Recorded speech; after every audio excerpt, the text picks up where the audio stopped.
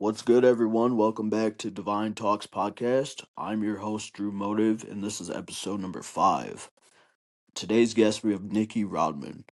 Nikki, thank you for being here. How are you doing? Really good. How are you? I'm great. Thank you for asking. Love for you to introduce yourself and what you do, my friend. Yeah, so I work in finance. My name's Nikki. I have a bachelor's in psychology. I'm an aspiring therapist. I have a really extensive background in working with people with like mental disorders, children and adults, things like that, working in the healthcare field. Um, but yeah, I'm just like a very creative spirit. I like to dabble in a lot of different things and just very passionate about my ideas. Love to hear that. Thank you for sharing that. What part of ADHD do most people misunderstand?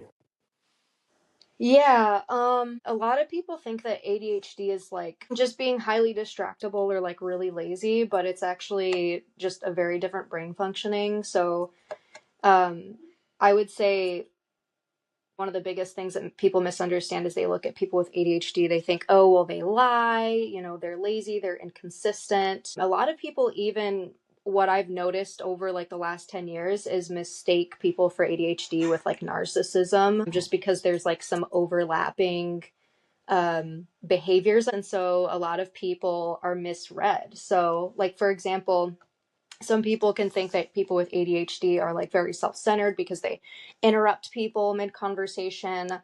They can talk for a really long time about like their own ideas, their own thoughts. They forget important things about other people. A lot of times it hurts your relationships when people are thinking like, oh, they only care about themselves. When I don't know if you've ever heard of rejection sensitivity dysphoria, but it's basically when you're put down so much as a child, you learn that criticism is evil, right? You're like, I don't want to deal with that. So you tend to check out.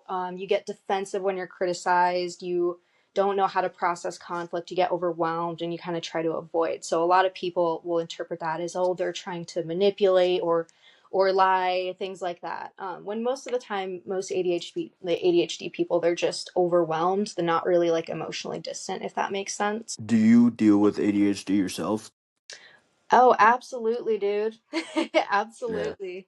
I'm fair. like a textbook case of ADHD, and it wasn't until I was like probably like 2 years into my degree that I realized. I was like, reading about the signs in childhood, and I'm going, oh my gosh, this is all this stuff I had happen with me and my parents, but like my mom is not from this country. She's like, what is ADHD? I don't believe in that. You know what Yeah, I mean? yeah, So yeah. I I gotcha. went untreated for a long time. What would you say one thing that your mind does differently than Um, people that don't have ADHD? Something really weird, actually. It's good that you asked me this because something super weird happened to me 2 days ago, and I was like doing a little bit of research on it and trying to figure out what it was. But I was actually having a dream where there was like this really high pressure situation going on. Like, I don't know, I was like part of some sort of heist or something, and I was like leading the team. And at a certain point, like the police showed up, and I have my team of people, and we have like these super modded guns and stuff. It was crazy. Um, Interesting. Yeah. yeah, it was really random. And so I was doing a little research after I woke up because I realized in the dream that I was actually visualizing, like the same way that you would in real life when you visualize and you're like picturing maybe Yep. some scenarios that running through your head or whatever. So I was doing that in the dream. And that's the first time that has ever happened to me. And I lucid dream quite often. So I was thinking, like, what is going on there? But I realized that my mind typically likes to seek novel, high pressure situations because that's where I feel like the most mental clarity. So, what I found is that now that, in my day to day life, I'm a lot more structured and consistent than when I was younger. My mind is constantly looking for ways to like find that sense of self power. So, for example, I will go into a dream state and I'll put myself in these high pressure situations so that I can experience that mental clarity and, my strategicness, things like that I don't get to implement in my day-to-day life. My mind will find a way to kind of get that stimulation. So I think that's something that I do a little differently than others. Oh wow, thank you for sharing that. What is the biggest myth about ADHD that you want to break? Oh man, that's a tough one.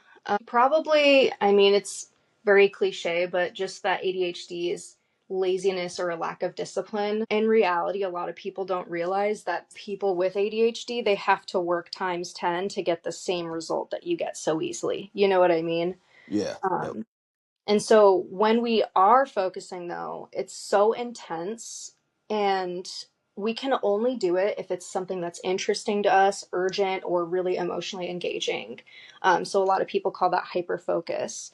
So one thing I would say that's a myth is that that they're lazy. But if you really look at an ADHD person's, day-to-day life, you'll see that they're kind of in autopilot a lot of the time. And then when something really interesting or urgent pops up, they can just exert such an amount of energy at one time. And I would say, in a way, it's kind of a blessing. So, a lot of people think ADHD people are broken, but I would say we're almost blessed because we have the ability to just ignore things that have no purpose. Like anything that's not purpose driven, anything I'm not passionate about, Yeah. I'm not looking at it. And I think that's a gift. Yeah. When did your difference become your power?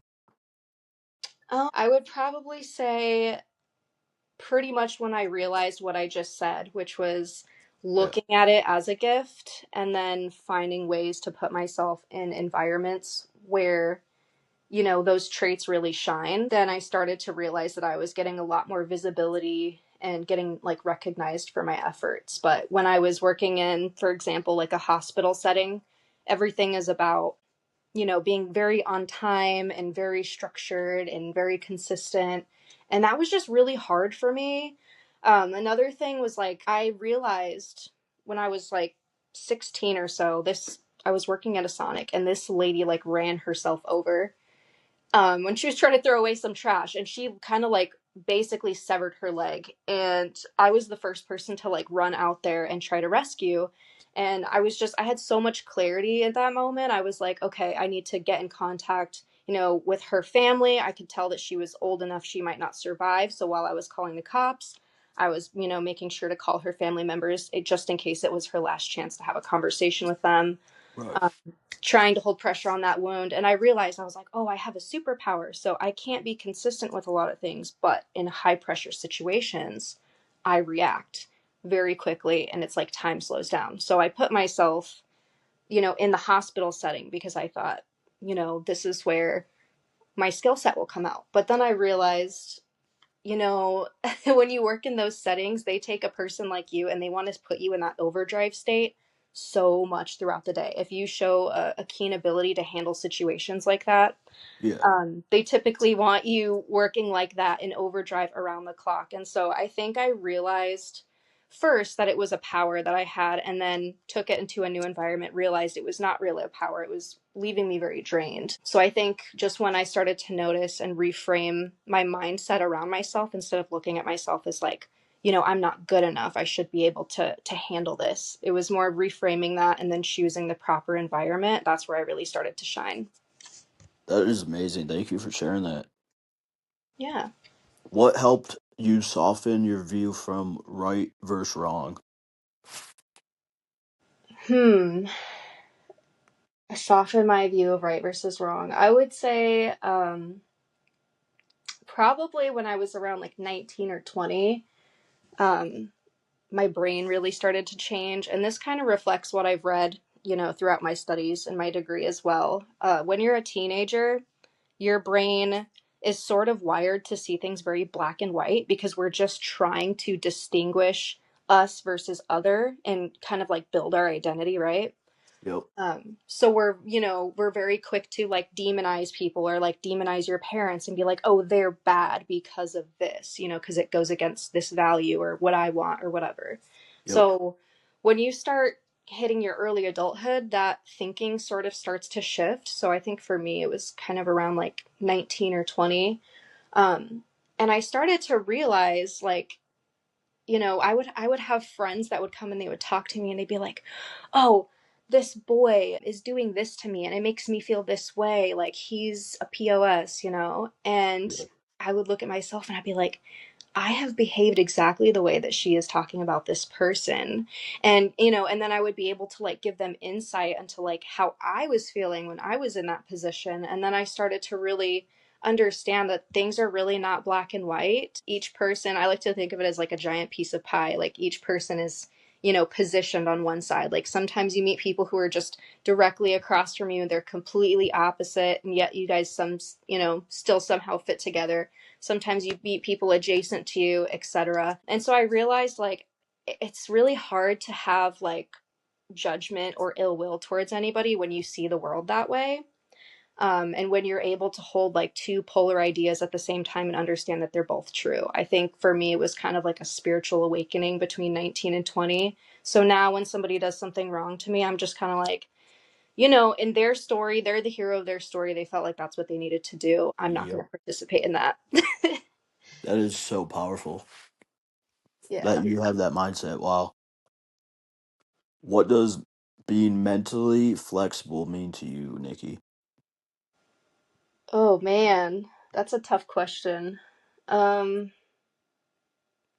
I would say mental flexibility has a lot to do with what I was talking about briefly with polar thinking. Yeah. Being able to hold two opposing ideas at the same time, that's very challenging for people to do. I think it's about intellectual humility. I think it's about understanding that even though you're a really intelligent person and you know a lot about a certain situation, you need to show curiosity to things outside of yourself. Even in parenting, like there's so many times throughout the day where I have to check myself and adjust my perspective when new information comes in. And, I don't realize that maybe I had become just as rigid as some of the people that I judged previously. Love it. Who decides what intelligence is? Oh, that's my favorite question. Yeah, I could go on about this for a long time, but traditionally, society has kind of defined intelligence through academic performance, I guess. So I would say, like here in the US and many other places, we typically focus on like mathematical, logic, intelligence, language skills. So, really, if you boil it down, we're kind of looking at, well, what is employable, right? Like, what's going to bring value to the job market? Yep. And I just have so many issues with that. You know what I mean? I feel like we've kind of created this hierarchy of like what is intelligent versus not intelligent, when really there is such a broad spectrum of different types of intelligences. So like one of my favorite models is actually Howard Gardner's 8 intelligences. I don't know, have you heard of that before? I have not, no. You haven't? Okay. Let me enlighten you. Let's So do it. so there's 8 different types. So obviously we know about linguistics. So that's being like word smart, writing, storytelling, being persuasive, just really good with words. Second would be your logical brain, so your mathematical intelligence that relates to pattern recognition, analyzing, thinking in systems. And then there's spatial intelligence. So that's kind of like how we understand ourselves and the world around us. So that could be visual thinking. Somebody with a high spatial intelligence might be into design or mapping, things like that. And then bodily kinesthetic would be just like movement and physical mastery. So, for example, a basketball player would have high bodily kinesthetic. Musical intelligence, that one relates to just, understanding rhythm, tone, and having a pattern sensitivity. But I would say probably the two most overlooked types of intelligences. First is interpersonal, so that's like understanding people, knowing how to socialize, and Yep. having emotional influence on people. One that I think is so powerful, which I see really present in you actually, Drew, is intrapersonal intelligence. So that is, rather than looking outwards, and being social, that's really looking inwards. So that's Yep. your capability for your emotional depth, your ability to reflect, your self awareness, and even your ability to motivate yourself. So, like, a lot of people don't realize like they're really smart with maybe their logical, mathematical, and their language, and yet they still find themselves not going anywhere in life, and that's because they don't know how to motivate themselves. And so that it's in its own is an intelligence. And the last one is naturalistic intelligence. So that's just working with plants, things like that. So I think the main issue is who decides what intelligence is. I mean, I decide what mine is, but I would say the job market sort of, I guess, prioritizes only a couple out of those. That's an awesome answer. I appreciate that. I was listening to a podcast the other day, and there was a quote that, once again, I wrote it down, really popped up for this. It says, the only true test of intelligence is if you get what you want out of life. Oh, I saw that. Yeah, Yeah. yeah, Yep. You can see and I've heard this so many times. I always tell the people I'm training because I love to like develop people in their career as well. And people will they'll just be like, I'm not good at this, I'm not good at this, whatever. I'm like, you can literally do anything, dude. Like, yeah. they'll be like, oh, well, I got this grade. And I'm like, don't you know that A students always end up working for C students? You know what I mean? Yeah, yeah. And it's why. It's because maybe those C students, maybe it's not that they lack knowledge, it's just that their superpower is more hidden in like that intrapersonal and interpersonal intelligence. So, they know how to employ and influence people who can help them achieve their goal, even if they can't do it themselves. So, yeah, I totally agree with that. I love that. That leads right into the next question. What strengths in people often go unnoticed? Oh, yeah, 100%. Yeah, Emotional intelligence. People just don't realize that like we're meant to work in groups, we're meant to work as in teams, and yeah, so if you can understand human emotions and relationships, you can pretty much achieve anything you want. Another quiet strength is self-awareness. You can be really good at a lot of things and not be self-aware, and I promise you, you will end up alone. yeah, definitely. Right. What would you tell someone who feels mentally misunderstood, Nikki?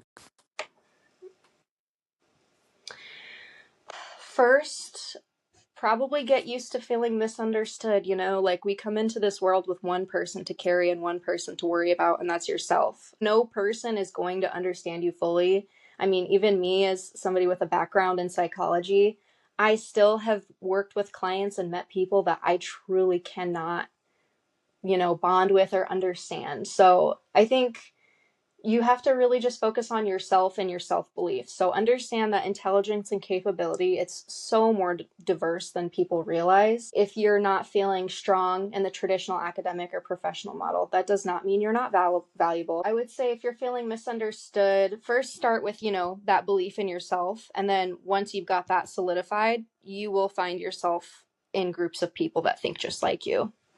Exactly. When someone finally understands their mind, what begins to change in their life? I'm still in the middle of working on this one, so I'm like, I don't know if I have the best answer, but I would say the first thing that changes is probably self-compassion. So you can stop interpreting your differences as personal failures, and once you start doing that, you start seeing opportunities to thrive. You Amen. start finding environments. If you can't find an environment that's good for you, you'll build one.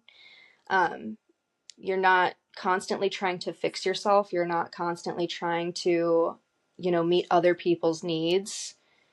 And I would say understanding your mind, if you're able to just really lean into your own type of intelligence, you're going to find the right roles, relationships, goals, everything. So over time, I think what really begins to change is just your sense of direction.